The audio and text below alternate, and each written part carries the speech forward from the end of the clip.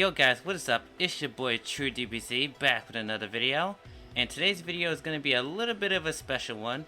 This one is kind of out of my usual stuff that I do, but I figured that this topic is important enough to talk about. So today's video is going to be a more so like a reaction slash response to two videos in particular, both dealing with the same topic of buff versus nerf in the current FGC, and like the topic of like is buffing or nerfing like good or bad or whatever and stuff like that. So this video is a response to, or more so reaction to, Core 8 Gaming's video on the topic, and then Diaphone's video on the topic. Core 8 Gaming's video is like a couple years old, so it's a rather old video, but it is still relevant to the conversation. And then Diaphone uploaded his video, I think a couple days ago, maybe a week ago as of this recording, and so it's still relatively recent, but the topic is still relatively the same. And so I have no quarrels with either of these creators at all. This is purely just for fun and just to talk about a topic that I find interesting. So if you guys are fans of Core 8 Gaming or Diaphone, this is not an attack. This isn't like me trying to go after these guys. Trust me, I don't want to do that. But this is just something I wanted to talk about, and I know it's a rather long video. It's almost an hour long, or maybe over an hour long. But when I did this stream and did the original recording, this thing was 3 hours long. So, and I also cut out the comment section portion, which was also an hour long. So I had to cut a lot of stuff out of this stream in order to get it at least into like a concise video. So if you guys enjoyed this type of content, please be sure to let me know in the comments down below. Please be sure to like, comment, and subscribe for more stuff like this in the future. I will also have both videos that I show in this video down in the description below, so you guys can go support those creators and also give their due views and likes and stuff, because I don't want to steal their content and all that stuff. So with that being said, guys, I'm not going to keep you guys any longer because this video is already long enough as is. So that's it for me. Hope you guys have a wonderful evening, and I hope you guys enjoy the rest of the video. So I'll see you guys next time. Sayonara. Alright, let's get to our main topic of discussion for today. So this video in particular is something that I wanted to talk about because the discussion between like nerfing and buffing characters have been like really contentious pretty much since the very beginning of me playing fighting games, like in general. And so like I always found this topic very interesting, especially when it comes to like different fighting games and like what those games need in particular to be like well received or properly balanced or whatever. And it's different for each game, but overall, like most of the time I only see people talking about what they should buff in the game. And the thing that really took this thought of mine into like perspective is this post and many others like it. This was posted August, so pretty much like almost a year ago, and this kind of resurfaced on my timeline like probably like a week and a half ago. And I was thinking to myself, like, could this one video do that much like damage, quote unquote, to like the discussion of like buffs versus nerfs and like how to properly balance a fighting game? And I was like re-looking at this post and others like it, and I'm pretty sure I might have liked the post talking about this video, because there's some things I actually do agree, but I don't agree that this single video did so much damage to like the perspective of only buff everything and don't nerf anything. Now, I will say this video is what, 7 years old, and I haven't seen this video in years, so maybe I'm just remembering this video wrong. But before I react to this video, my perspective on things before we get started, because that's very important for like the context of like my perspective and why I think this topic is way more nuanced than just nerf everything, buff everything, and even more nuanced than just saying, oh, they should just like make the game balanced. Because for a lot of complaining, and we complain a lot about the games that we play, it's not as simple as just like flipping a couple switches and then instantly the game is balanced. Like there's so much more to like balancing a fighting game than just switching up numbers and shit like that. And so like I think this topic is way more harder to discuss than most people give it credit for. And I'm not a game dev, first off. I'm not a game dev. I don't know how the code of these games work and stuff like that. But I am willing to give the benefit of the doubt to developers that, especially in this more modern gaming landscape, that making changes to video games is way, way more harder than what they were back then. Especially around like, I'd probably say around like the mid 2000s to like 2010s era, where I feel like though, like in that era, it was a lot more easier to like update and change games than like right now and beforehand, because beforehand you couldn't really update games. You kind of just like made a new game and just hoped it worked out. Whereas now the landscape is like way more like corporate and shit like that. So like if you want to make a change to your game, then you're kind of like, well, it has to go like 3 different layers of like executives and shit like that. And so like balancing a game just takes way more time than it probably should. And like, you know, things can change on a dime in a fighting game. Like one day a character might be broken, and then a week later they find the answer to that thing, and so now it's not a problem.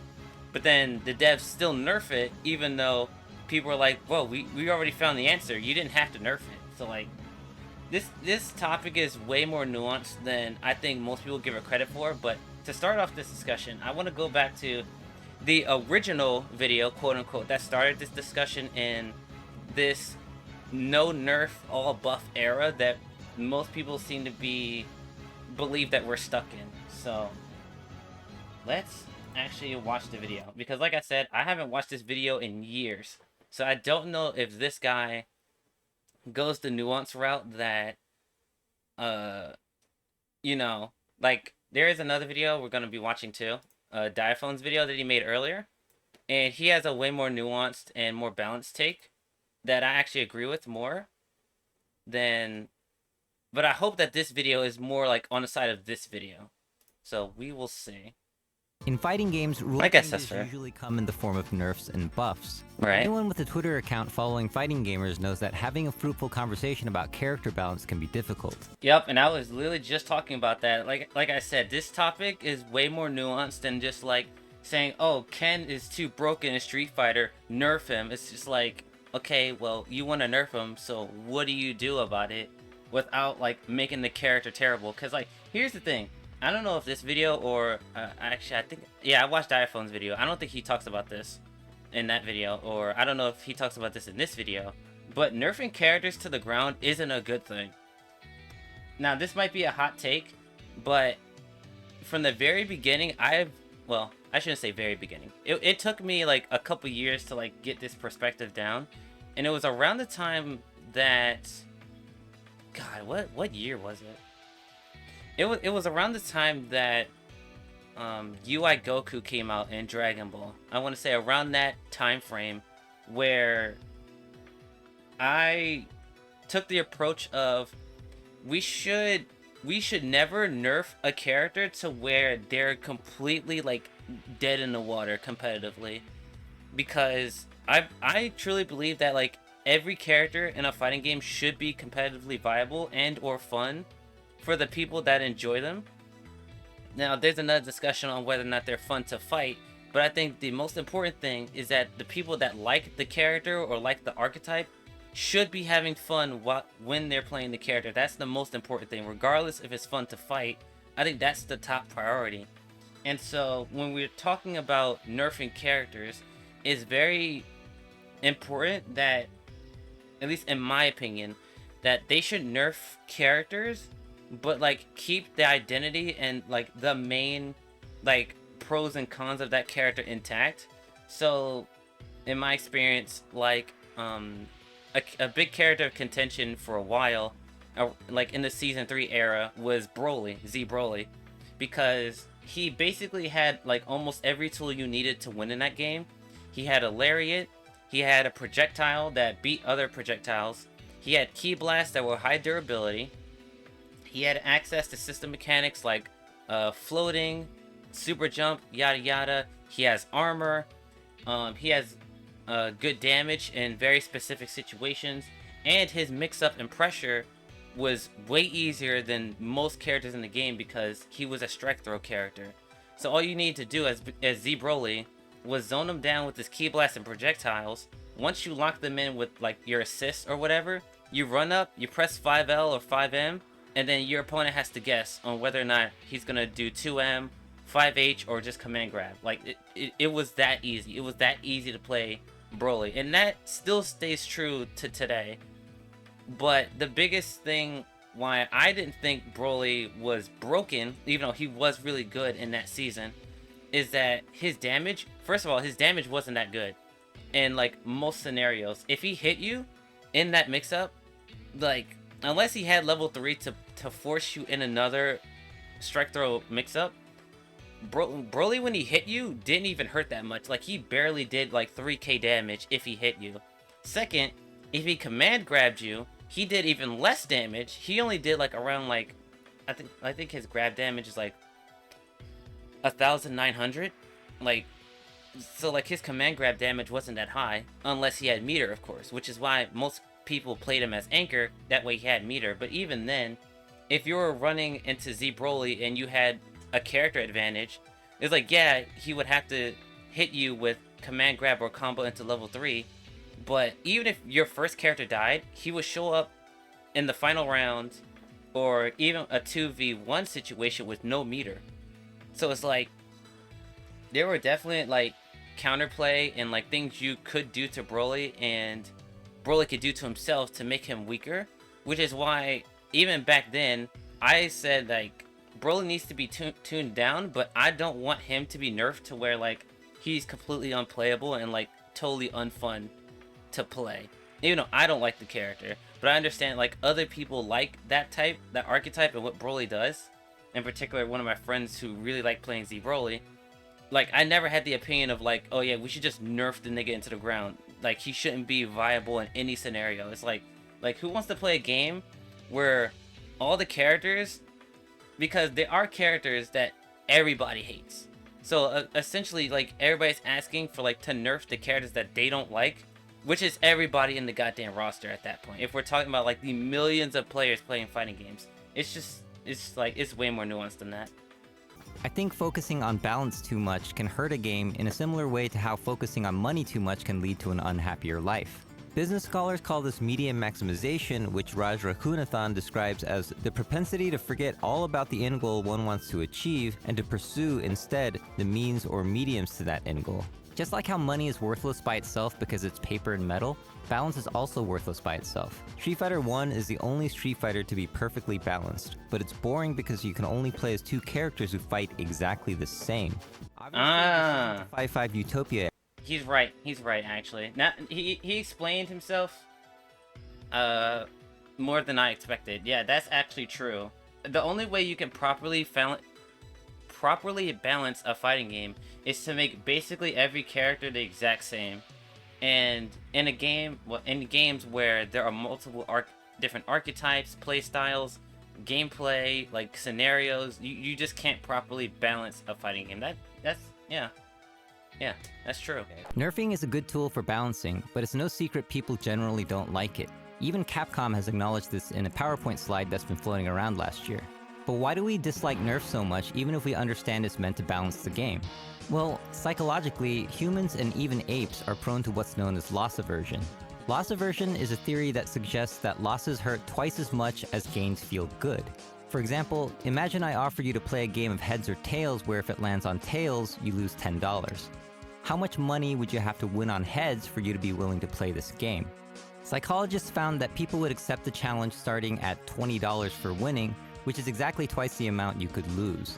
This suggests that one nerf on your character will hurt twice as bad as one buff of similar caliber will feel good. The human tendency to be loss averse is used by marketing all the time. Why are sales of limited editions so effective? Because missing out hurts, which is why you gotta get that Strawberry Christmas Karen DLC before the season's over. While it can be argued that nerfing is a necessary evil to prevent the game from breaking, there are creative ways to do this that can improve the game instead of just making everyone depressed. Yeah, I can agree with that. In terms of like me having to deal with like my characters nerfed over time, I never felt like for example, whenever they nerfed who's a really good character for this? I guess, well, in season 1 of Fighters, like I wasn't like nowhere near like in the competitive space, so like them nerfing Super Saiyan Vegeta didn't really hurt me that much because I was not like competitively like in the mindset of like, oh, this is what this means, and like I kind of just played Dragon Ball because it was just fun. So was there ever a time where I felt that a nerf was so dramatic over a buff?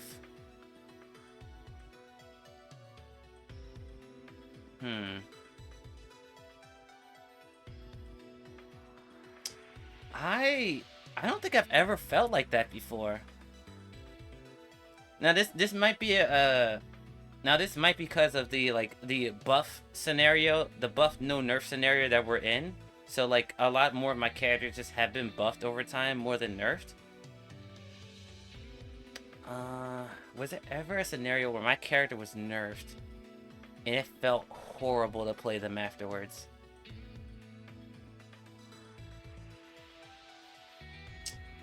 Nah, I can't really say that. I think overall, like in terms of like nerfing stuff, I think developers like overall are okay at nerfing stuff. Is that when they're buffing stuff is where issues lies, because I don't think they like, when buffing stuff, they don't really think about the move beyond the move itself when it comes to like buffing stuff. Whereas like nerfing stuff mostly comes down to like numbers. So like, I don't know. Was there every time that a character was nerfed that they did not feel fun anymore?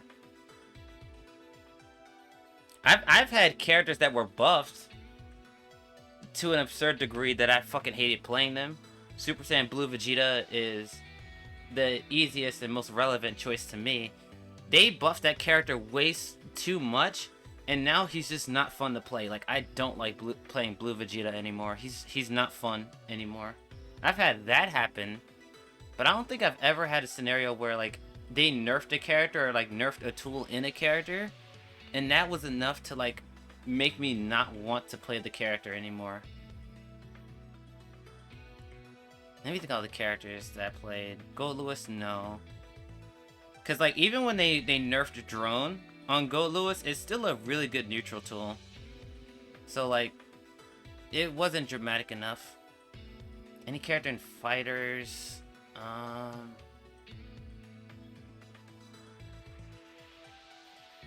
No.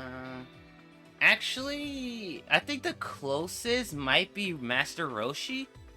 And it wasn't a nerf to the character himself, but his assist. They gutted his B assist. Unlike on the his B assist got changed twice. The second nerf was like it made it way worse. It was not good.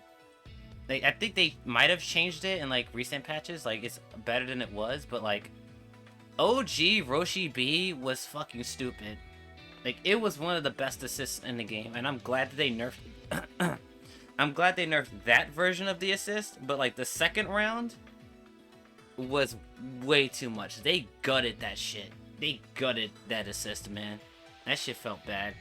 I think, yeah, I guess I would say that's the like really the only change where it was like this nerf felt so bad that I didn't want to play the character anymore.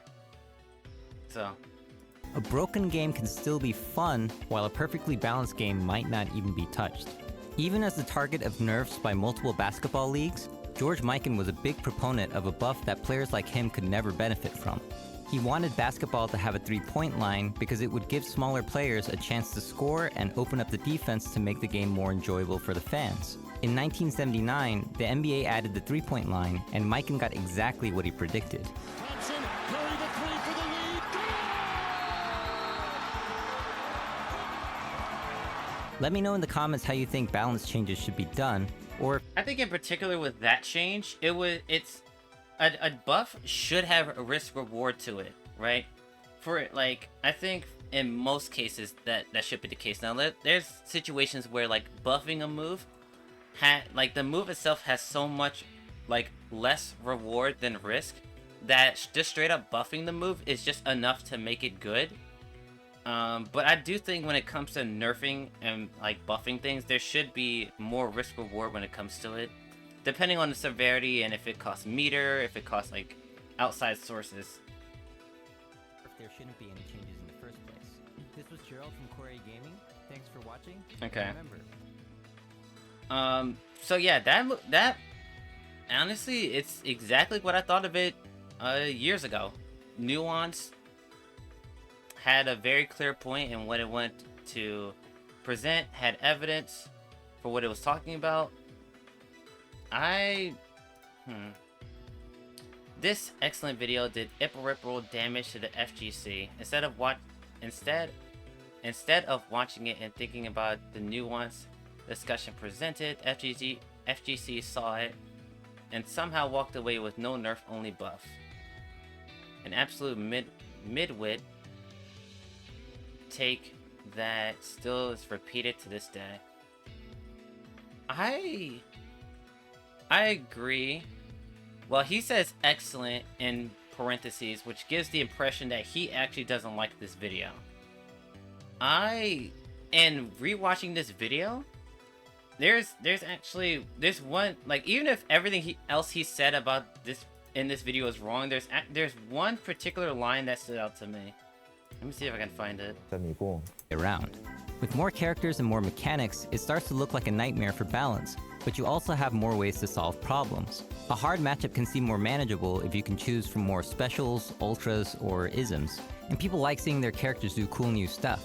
Because hard nerfing and taking away abilities can be so depressing and kill the excitement, I feel it should be reserved for extreme cases or creative nerfs that can actually make the game more enjoyable. That's the quote right there. Nerfing should be used for extreme cases or creative nerfs that actually make the game more enjoyable.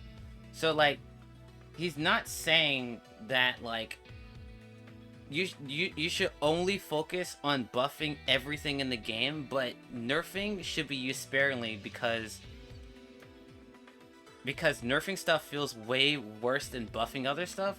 And so like there's a give and take when it comes to nerfing and buffing stuff. So like, almost like if like most of this video I agree with, even if like most of what he said was wrong, I think this quote right here honestly would save it in my opinion, because this is true. That can actually make the game more enjoyable. And even in games that don't get balanced, like this is true. Like this is 100% true. Most people, including myself, feel way worse when their character gets nerfed than when they get buffed, even if it's a small buff. Like for example, in Grand Blue Fantasy vs Rising,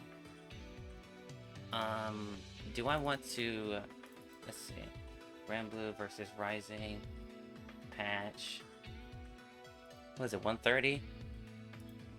Let's see, it was either this patch or another patch. Yeah, it was the one with Vayne.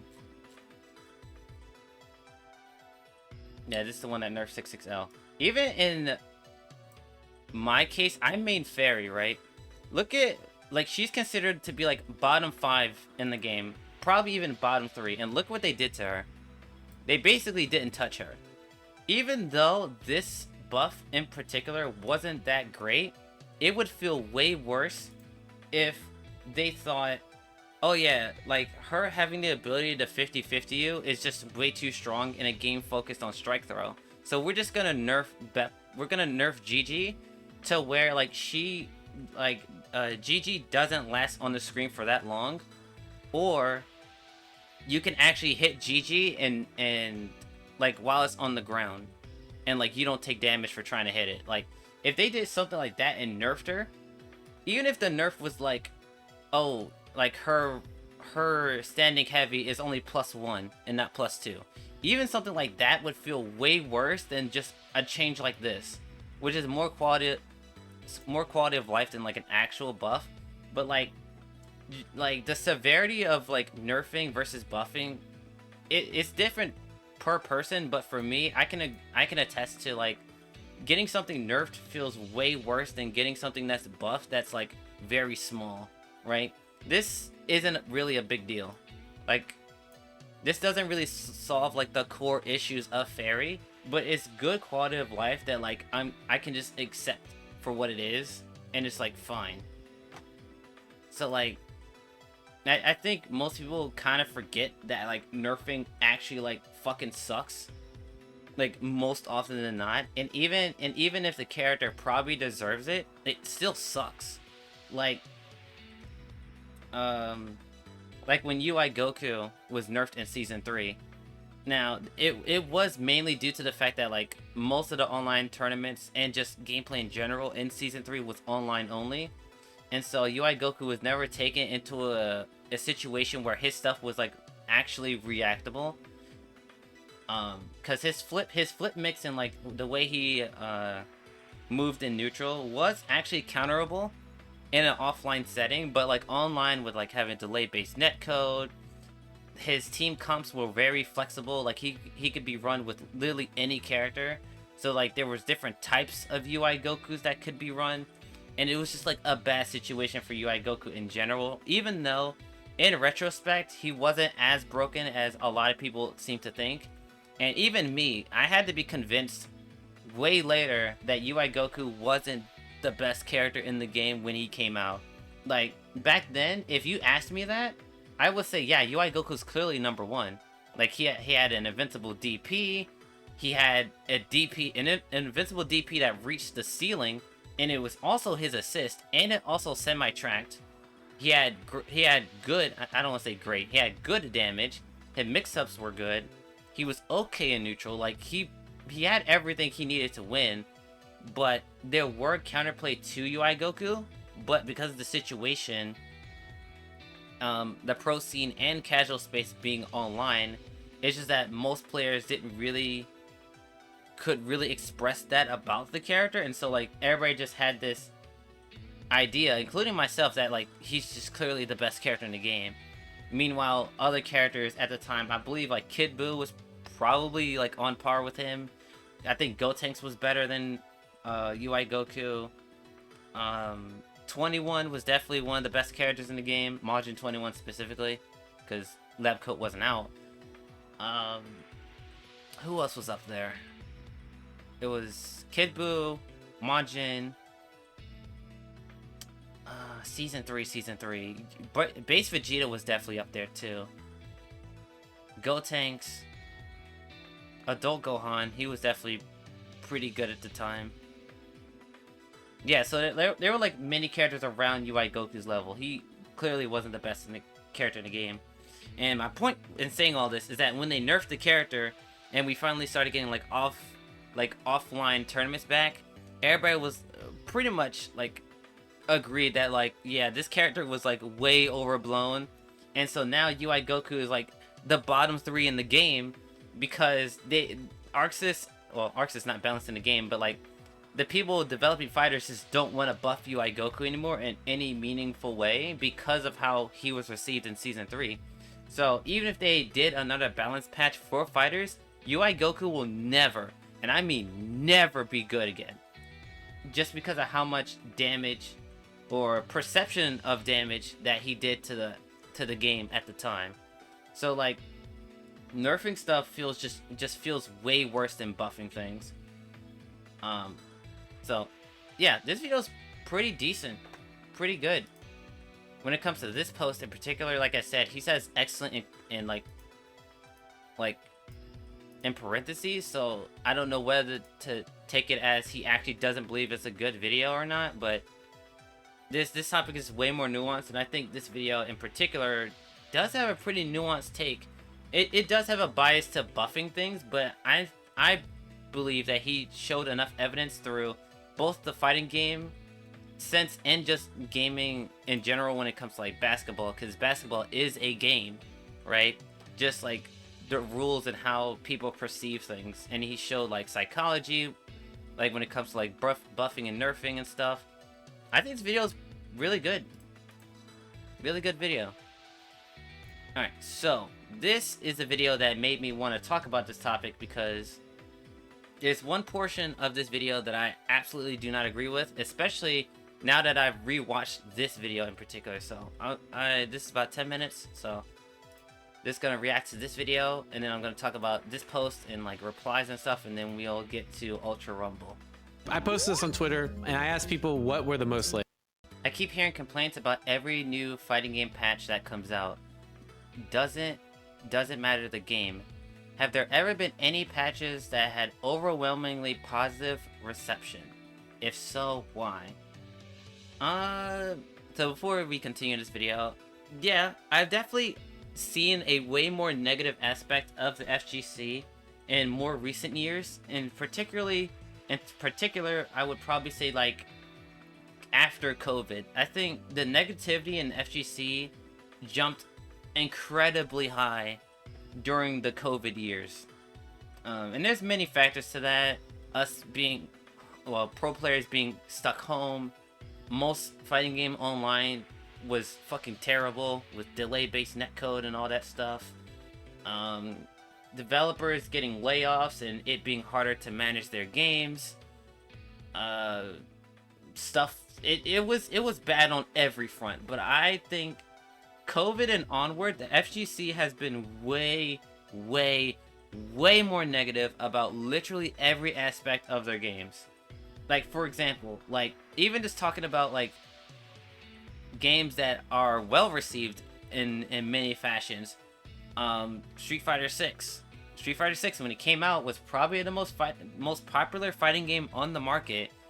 And, like, even before the game came out, everybody was like, bro, the OST sucks, the art style is shit, the character roster is fucking shit. I've heard the online, like, the offline content is bad and nobody would ever play it. I've heard custom characters are fucking cringe. Like, I've heard so much shit about Street Fighter 6 even before the game even came out. So, like, I think it's more than just like negativity on a fighting game patch basis. I honest to God believe that most people in the FGC just hate like 90% of fighting games, and they only like one or two. And even the one or two that they do like, they don't like. Like, even me, for example, like, I fell into this hole of just hating every fighting game that came out, and hating the games that I've already played. Like, for example, Fighters. Like, I've quit Fighters like 6 times already in the 7 years of Fighters lifespan. I've quit like six times, and it's just like I've always come back for some fucking reason. Like, the main reason is that Fighters is fun at its core. I love the main gameplay loop of Fighters, and that's what's kept me around. But I'd be lying if I said, like, I've never felt like every new fighting game is shit, and the games that I do play are also shit. Like, I'd be lying if I said I never had that thought. I've definitely been on that side. Like, they're being targeted. So anything that's like super broken, when it gets deleted, it's a more fair thing to be nerfed. And this kind of reminds me of the Core gaming video about how the rules of basketball were being changed to nerf goaltending. So they added a 3-point line and they added a no goaltending rule. Things like that are usually really well received and add variety and playstyle to the game. And that's because it adds risk reward. It's not solely the fact that they changed the game to, and particularly buff or help other players, but they added a rule to where not only could those players have an advantage at the 3-point line, but it was a risk reward thing, because it's not like they said, oh, the 3-point line is at the hoop, so people just have an innate advantage. No, the 3-point line is relatively decently far away from the hoop, and so if you miss the shot, then there's plenty of risk reward. If you miss, your opponent can grab the ball and make a count and win the game. If you make it, that could be a game closer. So I think, like I said before, making changes to games should be more risk reward than just reward. I think that's a key distinction. Shield became the de facto way to deal with so many different things, and yeah, it became the best it became the best defense in the game that you could do, even beyond blocking, which is really bad. So the main benefit of the August 2020, and as a concept, I like Shield a lot. I was like, in particular around this camp, I was playing Melty a little bit. And I was of the camp that I like Shield probably more than other people, but I agree it was way too strong. But I like the concept of this Shield mechanic, and I like the RPS that it can. I don't want to say force, because there are ways of baiting Shield. I would say Shield is a fun. I should say. It's a fun RPS mechanic, is the way I'd probably describe it. I think Shield is fun. This video has done so much damage to collective FGC opinion. I agree, which is kind of why we're talking about this. It's actually a very... That point right there is why I wanted to talk about this topic, because people are talking about the video itself, and even Diaphone here earlier in the video says that the guy made really good points about like how nerfing and nerfing and buffing things like have their benefits and stuff. But this video has done so much damage to collective FGC opinion. I agree. Let's just... I don't agree with this, because the video itself takes a very nuanced and even though it's more sided on the buff factor, not only does it show like actual evidence for why the guy feels that way, but he openly admits that like pointlessly buffing everything isn't good for a game, but also pointlessly nerfing things isn't good for a game either. Like, he says multiple times that like, yeah, buffing is more favored, but nerfs do need to exist. He even says multiple times that like nerfing stuff is a necessary evil. Multiple times. I can't remember where he says it, but like, this video has done so much damage. I can't agree with that, because the video itself, like, you can make the argue like the title and maybe like the actual thumbnail. Let me look at the thumbnail.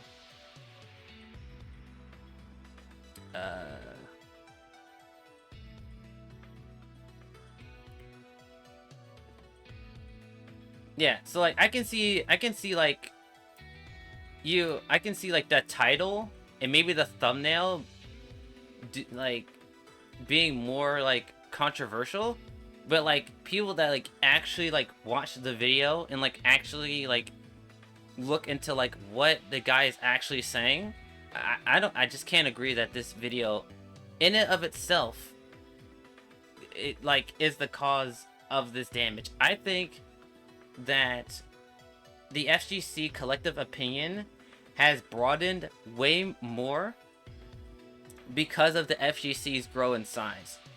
And the fact that I would say probably like a good 80% of the FGC are casual players that don't play at a top level, and so they don't have the like they don't have the nuanced, or I should say more often than not, don't take a nuanced stance when it comes to their game, because it's just a game that they play for fun, right? And so like when they run into things that they don't like, then they're just like, okay, I hate this thing, nerf it, right? They don't actually take the actual time to actually learn the counterplay, learn from pros, see why the move is actually good, rather than like, you know, your biased opinion on like, I can't counter this, right? This video didn't do that. This video didn't make that point. It didn't collectively say, oh yeah, we should focus on buffing and never nerfing anything ever again because it makes players feel bad. Like, no, like, the dude said multiple times in that video that nerfing is a necessary evil and that nerfs have to exist in order for a game to succeed. Like, both things have to be considered. I just don't agree with this. And like I said, the FGC has broadened so much and is filled way more of just regular casual players that, of course, the overwhelming majority of the player base are gonna say nerf this, nerf that, because they just don't want to have A, nuanced discussions, and B, they just don't know about the game that they're playing. This excellent video did irreparable damage to the FGC. Instead of watching and think about the nuanced discussion presented, the FGC saw it and somehow walked away with no nerf only buff. Absolutely midwit take that still repeats to this day. So then you might be asking, where do buffs come into play? And that brings... And I already showed this tweet earlier, but I don't blame the video. I cannot, me as a person, I cannot personally blame this video existing for why the FGC overall came away from no nerf only buff. That's an issue with the community itself and not the video.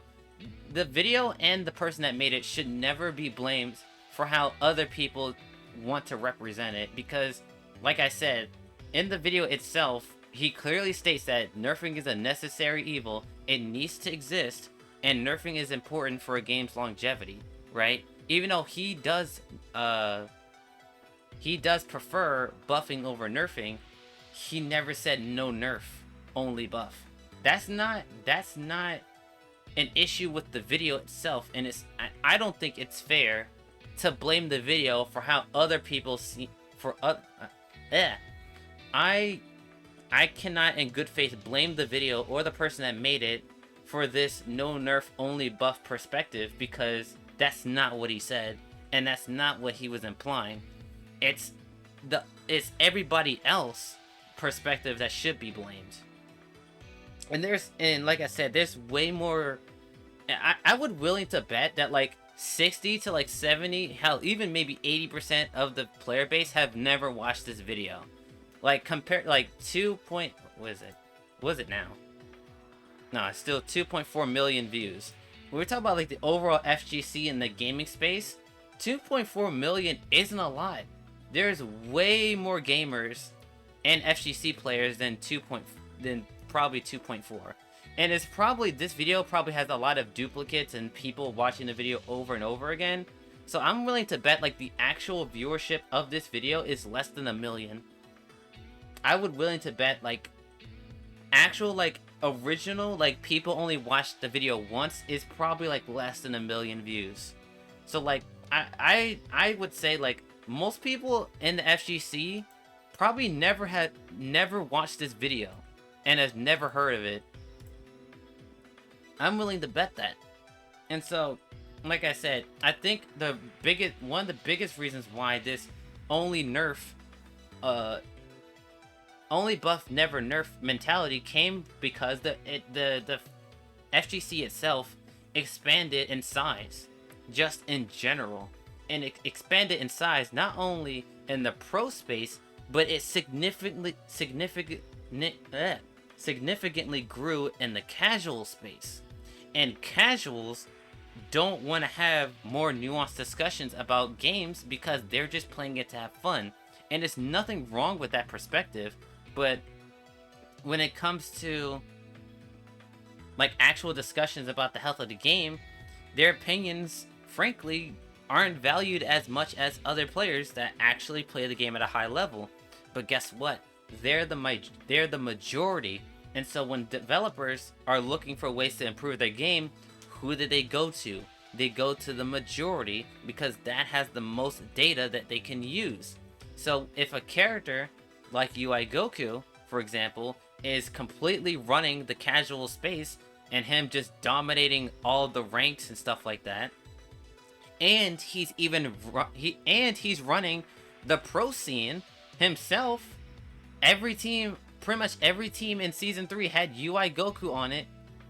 even though he had counterplay that existed, but because of the scenario he was placed in, with online being everything, people not knowing how to counterplay him, people not wanting to learn how to counterplay him, they just nerfed him into the ground and never balanced him properly. So it's like, it's not that this video caused it.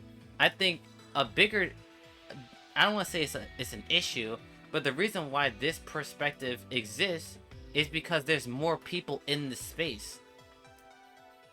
It's just more people. And the more people you get, the more data that you accrue, but the data that developers are getting is not properly balanced. Like I said, 80 to maybe 90% of the FGC are just casual people that just play the game because the character looks cute, or the character looks fucking hot, or the game mechanics are fun, or like, it could be a vast majority of reasons, but most people play fighting games because they're just fun, right? It's just fun to play the game and beat up their friends, right?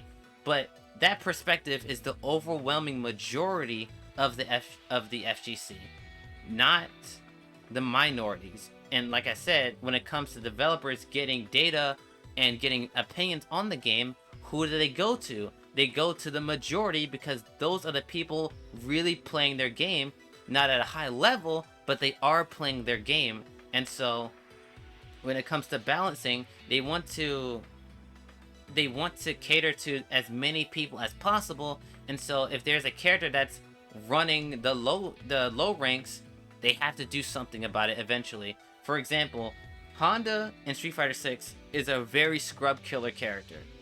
Like I never played against a Honda before, but I've seen like new players play Street Fighter 6 in like multiple like beginner tourneys, and Honda is like one of the most like difficult characters for them to deal with. And guess what? And I don't know if this is confirmed or not, but they actually nerfed Honda in Street Fighter 6 in the next patch that they're doing. They actually nerfed him because a lot of mid to low players don't like the character. They just don't like him. So it's like, those are the people that they have to cater to, not just the high level players, right? So it's like, it's way bigger than just this video did more damage, because the video itself doesn't say that. Blame the community itself for harboring this perspective, not the video or the content creator itself. This is one of the most well-received patches, and probably the patch that I saw the most in my comments of this thread. Yeah, Season 3 overall was a really, really good patch. Really, really good patch. I wouldn't say Season 3 was the most balanced out of any of the metas. There was a clear hierarchy of character strength. Like the low tier to top tier barrier was vast in Season 3. I don't think it got...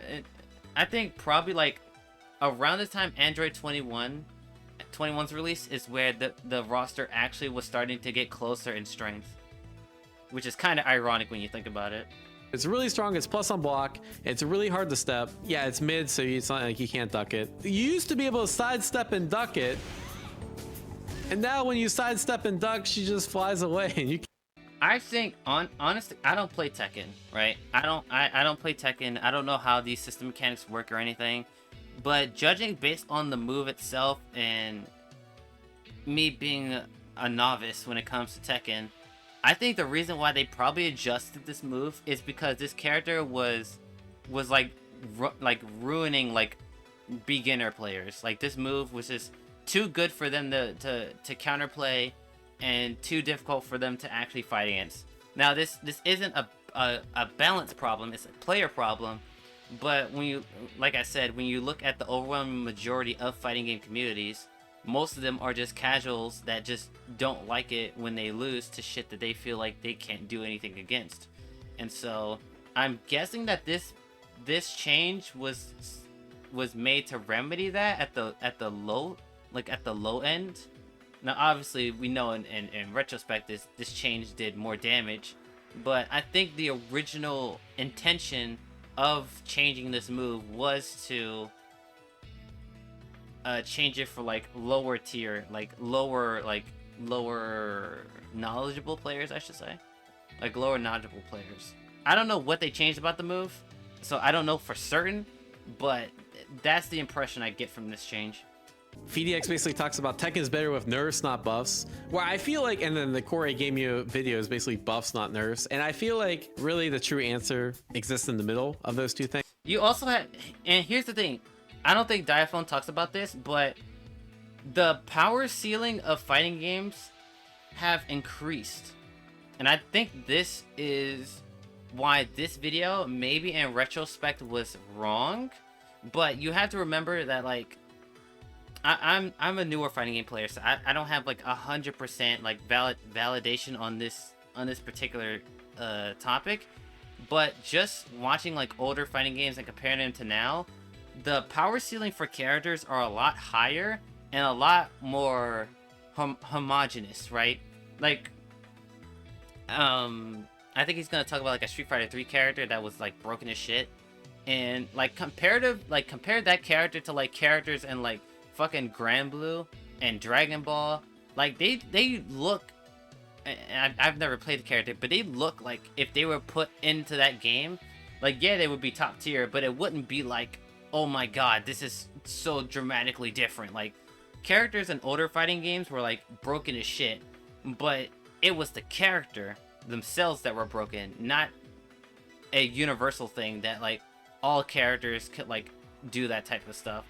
And so like when you have like floppy like or mismatched character balance, it makes it, and especially back then where it was a lot harder to balance patch games because you had to like release a brand new version of that game.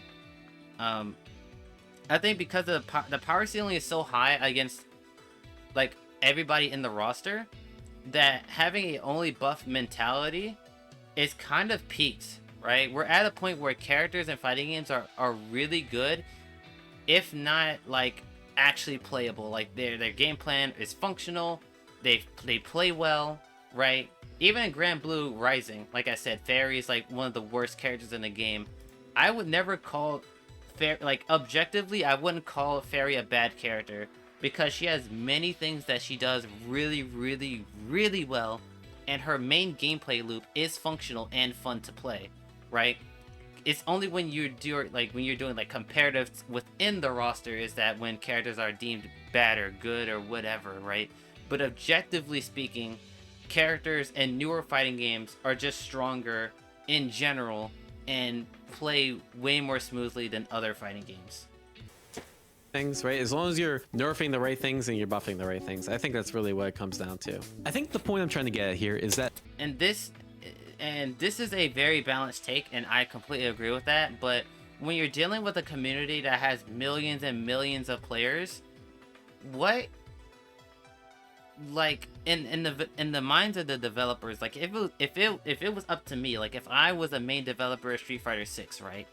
My idea of Street Fighter 6 is probably a lot different than like a casual perspective of Street Fighter 6 or a pro player, right? My perspective is completely different than other people. So, like, for example, if I thought like Marissa was powerful enough because all of her moves work, she's a functional character, she does a lot of damage, her strike throw is good, and I believe the character is strong enough, then I won't feel a reason to change the character, even if like other people are saying like, oh, like her, like, I don't know what's wrong with Marissa, I just know that she's on like on the lower end, like maybe like her neutral isn't as good enough, or her buttons have like bad recovery, or yada yada yada, right? From my perspective, and I believe that most devs look at their characters from a numbers perspective. They probably look at frame data, they look at player, like they probably have the numbers of like how much this character is being used at this rank or in online in general. Like they probably look at it more from a numbers perspective rather than like a game mental, like physiological perspective, which is probably what most pro fighting game players look at the games as. But like looking at the numbers, and like they probably don't think characters are good or bad based on like philosophy and like gameplay feel. They probably just look at numbers and say, oh, well, this character has this move that's X negative, so this move is perfectly balanced, right? The perspectives are way too different to say, like, they just need to balance their game and everything just works out. It's way more difficult than that. And this is me giving the developers the benefit of the doubt here. Like, I'm more willing to believe that developers are just trying and seeing what works rather than intentionally saying, yeah, we're just gonna make this move broken, or we're gonna intentionally make this move shit, right? I think it's more nuanced than that. 5 out of the top 8 were all young players, and all the young players were using Super R3, Grenadian, because it's basically the best Super R in the game. And because those are so strong, it limits the other characters and the other Super Arts that you can use. But the idea is that if you buff or nerf... And here's the thing. This game is so old that nobody gives a shit that this character is broken. And I think there is a difference between older fighting games being broken and newer fighting games being broken, is that nobody ever talks about older fighting games. Like, nobody gives a shit that this character is probably like top 5 or the best character in the game and has a broken ass insole or super or whatever that move is. Nobody gives a shit, right? But everybody gives a shit if Street Fighter 6 is broken, because that's the game everybody is playing. And so when it comes to like balancing old fighting games, yeah, they were a lot harder and stuff like that, but balancing games back then, like I said, I'm giving developers the benefit of the doubt here. I don't think balancing was on their mind when creating their characters and creating their games. I don't even think it was a main priority, and probably till like Street Fighter 4 probably, if I had to guess, because that's when I would say most players that I've talked to says that like that was the turning point for like most fighting games of the modern era was Street Fighter 4. So I would have to guess from that buffing and nerfing and players asking for buffs and nerfs really started with Street Fighter 4, and probably at its latest Street Fighter 5 and onward, right? So like back then, developers were just making their games, dropping it, and saying, all right, do what you can, right? But now we're in this space where the internet exists, everybody can give their own opinions very easily, and so like when you have, like I said, you have so many opinions from different players, what does balance actually mean? It means different things to everybody, right? My balance for Dragon Ball FighterZ looks different from any other pro player like Cloud or Nitro or like any other pro player. Balance looks different to other people within my own squad. Like if we were all playing Dragon Ball at the time, like what Eldo or Pretty says is balanced probably looks different than what I say is balanced for the game. So like there's so many different perspectives, and like I said, there's millions and millions of FGC players that devs have to like have so much wiggle room to balance their game, because regardless of what changes they make, somebody's gonna be upset, somebody's gonna be mad, somebody's gonna go on Twitter and say, oh, this game is ass because they buff a character that I don't like, or they didn't buff my character enough, they still feel like ass. Like, you will never ever ever be in a situation where a game is completely balanced and that everybody agrees that this was a good patch. Like, even in patches like Fighter Season 3, there were players that said Season 3 wasn't that great, especially in retrospect. I've seen it before. So like, you're never gonna make everybody happy with a patch, and like I said, with so many differing opinions that can be accessed so easily, the wiggle room for developers to like make intuitive changes or like make changes based on like how they feel about their game is just like, they don't really have that much wiggle room. It's pretty much you buff and nerf whatever the community says, or your game is gonna die within weeks. Like, it's just that simple. And I don't think that's necessarily fair, but that's just how it is. Every month. But this patch, my life. So one, they kind of fucked up. They released a balance patch like every month. But this is really important. Having balance patches be a regular thing, or have them be like very close in proximity, is a bad thing, right? One of the things that I actually really liked about Fighters in Season 2 is that Fighters only had one, I think, or two major balance patches, and the only thing that they did in between those balance patches is just bug fixes and character, like DLC characters. And I think that was so much more healthier for the game because of the fact that the meta could develop and had the potential to develop, right? GT Goku, we all know, Snap meta, we know, was really oppressive and pretty much solidified. GT was solidified pretty much like after month 1, right? But let's just take GT Goku out of the equation, right? Look at how many characters, in my opinion, skyrocketed in Season 2. Even without any like drastic major buffs, or if they got major buffs, it was within those 2 patches that released that year. Base Vegeta increased in popularity. Base Goku increased in popularity. Android 21 increased in popularity. Android 18 increased in popularity. Actually, let me look at the roster because I want to be sure about this. Fighters wiki. So let's look at the character roster. So in Season 2, I remember Base Goku being more popular. I remember Base Vegeta. I remember Teen Gohan increasing in popularity as well. Season 2. Base Goku, Base Vegeta. Gotenks was here and there. Teen Gohan was here and there. Android 18, Android 21. Android 16 was getting more popular as well. Janemba was season 2. Janemba didn't really get popular till Season 3 though. Kefla was relatively played. So like there were many characters that just over time of just playing the same patch forced players to like think outside the box and play other characters. Piccolo is a great example. Like Piccolo was not that used in Season 1 to my memory. I think Hook and God was like the only person that played Piccolo.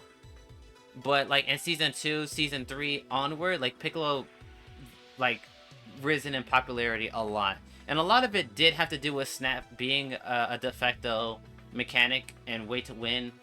Piccolo, Gotenks, Android 18 were Snap meta gods. Like they were the best to do it, right?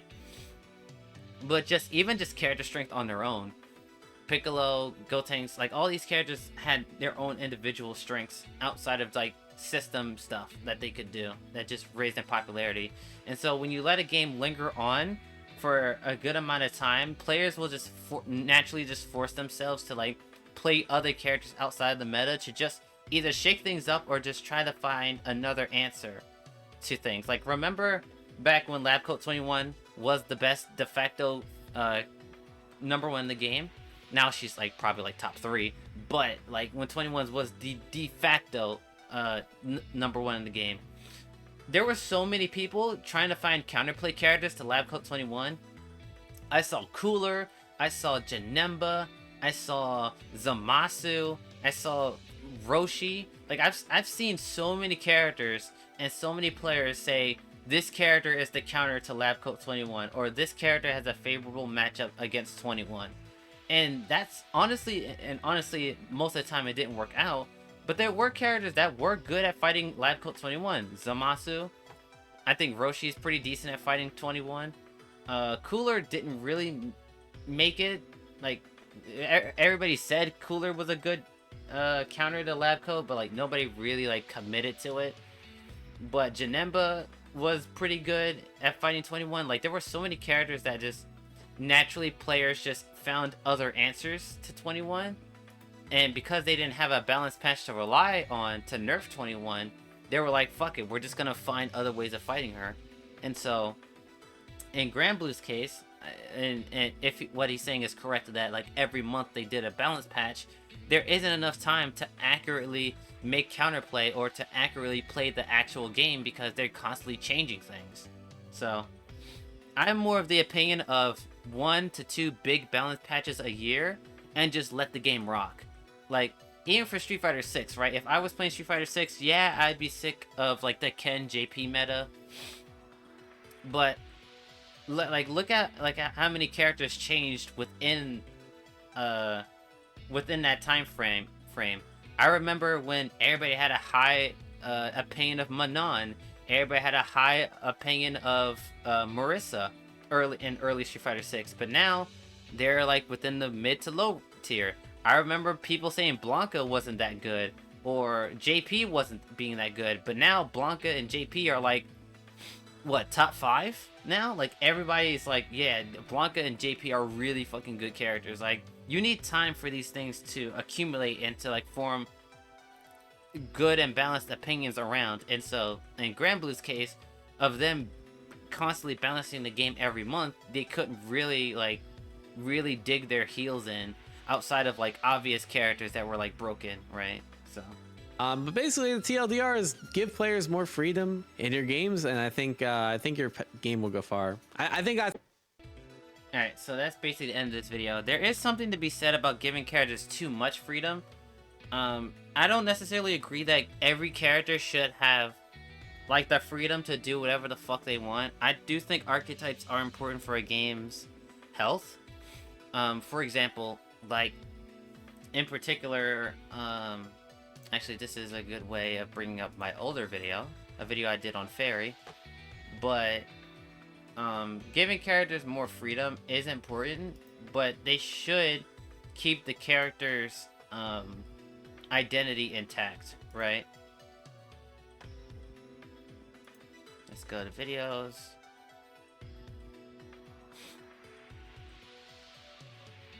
Right here. Nobody watched it, but my how I'd fix Fairy video, and particularly I focused on making Fairy a stronger version of herself rather than her giving her more freedom to do whatever she wants, right? I didn't want to make Fairy into a fucking rushdown that had long range pokes, right? I tried to keep her zoner like persona or identity intact while just giving her like quality of life buffs, right? So developers have to be very careful in giving characters more freedom, and that doesn't equivalent to make every character good in every scenario. I do think that there is an importance in making Fairy very bad at close range combat or very bad on defense. The things that I have an issue with Fairy has nothing to do with her weak points. It has to do with the thing that she's good at isn't good in the game, or it's just not strong enough to where she has a really good presence. And so I'd focus on like making what she already does better rather than try to cover up what like intentional weaknesses that she has. I do recommend this video. I know it's long as fuck, but I literally go into detail in pretty much almost everything about Fairy, and yeah, I really hope that you guys check that video out. But man, we're almost 2 hours into the stream, but overall I agree with both videos. Both videos takes a very nuanced way at the buff versus nerf scenario topic. I do think that this video is a lot more well researched and way more convincing rather than this video, but I've seen Diaphone streams. He's way more like casual when it comes to like discussions, but he is very knowledgeable on fighting games, and so nothing that he said in particularly is wrong. But you know, I would just say that this one is just better when it comes to this topic.